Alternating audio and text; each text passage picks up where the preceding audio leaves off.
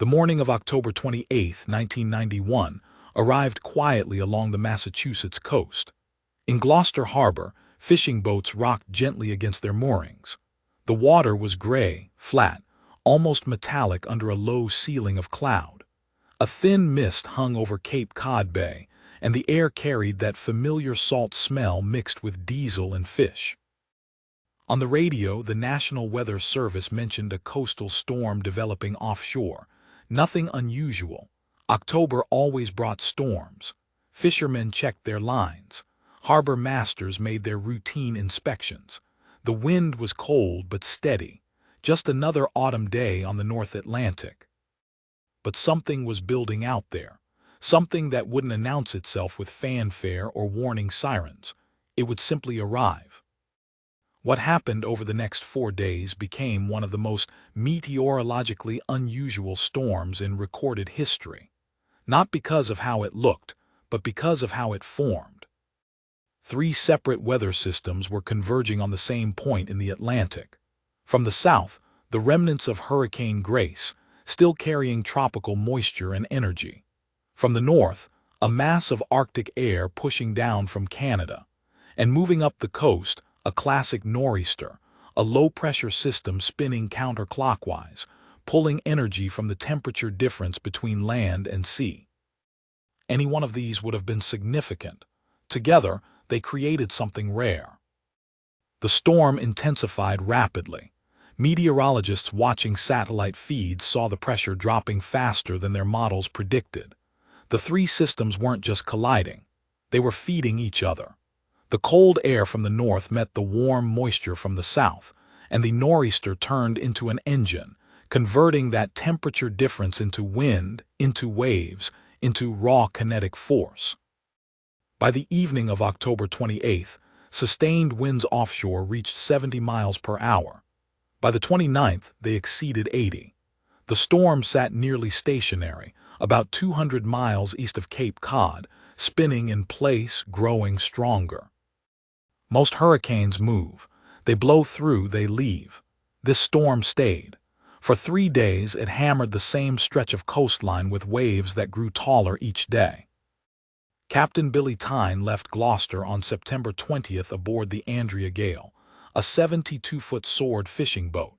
His crew included Bobby Shatford, Dale Murphy, Michael Moran, David Sullivan, and Alfred Peer. They were experienced fishermen, men who knew the North Atlantic in all its moods. By late October, they were returning home with their catch, somewhere northeast of Sable Island. They would have been monitoring weather reports. They would have known a storm was developing. But the Atlantic is vast, and timing is everything. The question isn't whether to avoid storms, but how to navigate around them. The Andrea Gale made its last radio contact on October 28th. After that, silence. Closer to shore, the storm's effects were already visible. In Kennebunkport, Maine, a lobsterman named David Currier watched from his kitchen window as waves began breaking over the seawall. He'd seen nor'easters before, plenty of them. But these waves kept coming, regular as a heartbeat, each one slightly larger than the last. He wrote in his journal that night, "Water's not behaving right, it's not the wind, it's the ocean itself." Along the Massachusetts coast, tide gauges recorded something unusual. The storm surge wasn't arriving in one dramatic peak. It was layering, wave after wave adding to the water level, pushing higher with each tidal cycle. Coastal flooding typically follows a predictable pattern. This didn't. A Coast Guard watch officer in Boston, monitoring reports from stations along the coast, noticed that distress calls were coming from places that shouldn't have been in danger. Not just boats offshore, but harbors, seawalls, homes a quarter-mile inland. The storm wasn't just hitting the coast, it was rewriting it. The waves generated by this storm remain among the largest ever reliably measured in the North Atlantic. A buoy stationed 264 miles south of Halifax recorded a wave height of 100 feet. Not estimated, measured, 100 feet from trough to crest. These weren't rogue waves, singular anomalies rising out of nowhere. These were sustained sea states. For hours, the ocean maintained wave heights above 60 feet. The entire surface of the Atlantic, across thousands of square miles, was moving in sync, driven by winds that never stopped, never shifted direction. When waves this large approach shallow water, they don't simply break. They stack.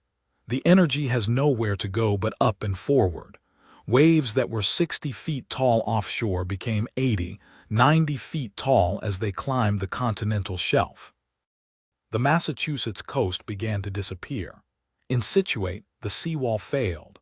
Water pushed through the breach and into the streets, carrying debris, chunks of pavement, pieces of boats.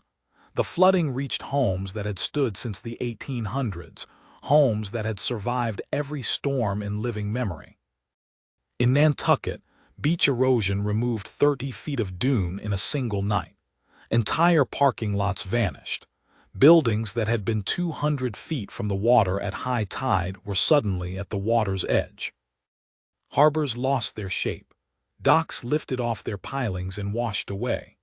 Boats that had been secured, tied with doubled lines and storm anchors, were found days later miles inland, resting in parking lots in backyards on roads. The storm's movement, or lack of it, made everything worse. A typical nor'easter moves up the coast in 24 to 48 hours. This one stayed in place for 3 full days, from October 28th to October 31st. 3 high tides, 3 cycles of waves, 3 days of wind that never stopped. The ocean removed entire sections of the coast. It rearranged geography. It demonstrated that the line between land and sea is not as fixed as we imagine. The Coast Guard launched multiple rescue operations. On October 30th, a helicopter crew from Air Station Cape Cod flew into the storm to assist a Japanese fishing vessel, the Isshin Maru, taking on water 200 miles offshore. The waves were so large that the helicopter couldn't maintain a stable hover. The pilot had to time his descent between wave crests, dropping toward the ship in the brief moments when it rose to the top of a swell. They pulled the crew to safety, one by one, winching them up through wind that tried to tear the cable sideways. The helicopter's fuel gauges dropped steadily. They barely made it back to land. Other rescues weren't possible. The storm was too large, the distances too great. Search and rescue crews had to make calculations. Who could be reached, who couldn't? How much fuel, how much risk, how much time? The Andrea Gale was never found. No wreckage, no emergency beacons, no bodies. 6 men, somewhere in the North Atlantic, became part of the ocean.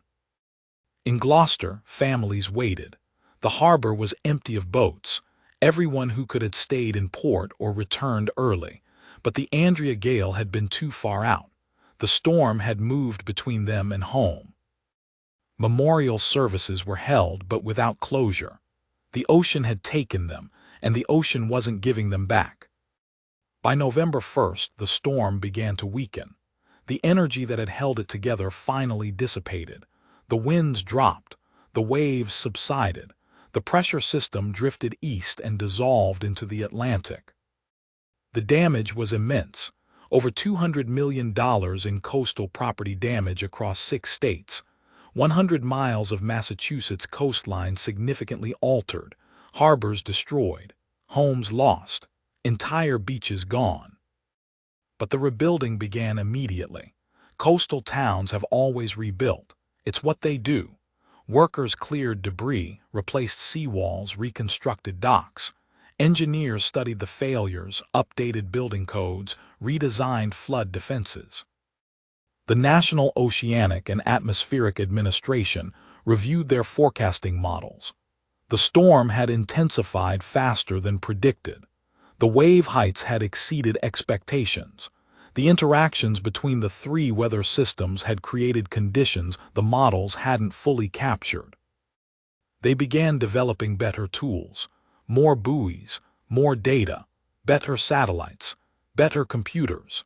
The 1991 storm became a case study, a benchmark, a reference point for understanding how storms could behave when conditions aligned in unexpected ways. The name perfect storm wasn't used by meteorologists at the time.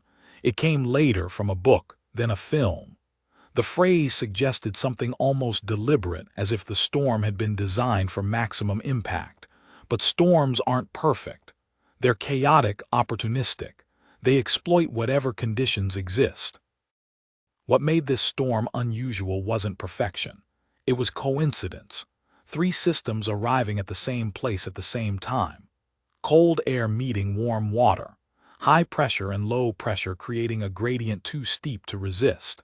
And then, most critically, the storm staying in place, refusing to move, drawing energy from the ocean for days. The stories that stayed in the public memory were dramatic ones. The fishing boat, the helicopter rescue, the waves. But there were quieter stories too, stories that didn't make headlines.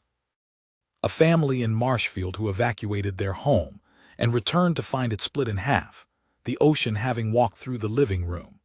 A harbor master in Plymouth who stayed at his post for 48 hours straight, coordinating rescues, tracking boats, watching his harbor come apart piece by piece. A fisherman in New Bedford who tied his boat to a tree a mile inland and watched the water rise until it nearly reached him. These stories didn't get books or films, but they were part of the storm too. The sun rose over Cape Cod on November 2nd to a changed landscape. The beaches were littered with debris. Seaweed in thick mats covered roads. Pieces of boats, docks, homes mixed together in piles along the high tide line. The water was calm, almost glassy. The wind had died completely. It was as if the storm had never happened except for the evidence everywhere, the wreckage, the empty spaces where buildings had stood. People walked the beaches, looking at what the ocean had brought in, what it had taken away. There's a particular quiet that follows a storm like that. Not peaceful exactly, more like exhaustion. The ocean had spent its energy. The land had absorbed the blow. Now there was only the work of recovery. In Gloucester Harbor, boats began returning. Not many, but some. The ones that had sheltered in other ports, that had ridden it out further offshore, that had made different choices. The harbor slowly refilled. But 6 boats never returned, and one of them, the Andrea Gale, became the storm's most permanent memorial. Not because their loss was more tragic than others, but because their story was told. Because someone wrote it down. Because people remembered. The ocean keeps its secrets. It always has. But sometimes we remember to ask what they were. The 1991 Halloween nor'easter reshaped the coast, rewrote forecasting models, and took lives. It demonstrated what happens when systems align in rare and dangerous ways. And then it faded, dissolved, became history. The ocean returned to gray, the wind to steady, the coast to its patient work of erosion and deposition, building and taking away, the way it always has, the way it always will. But for 4 days in October 1991, something unusual happened. 3 storms became one, and the Atlantic showed what it could do when the conditions were right.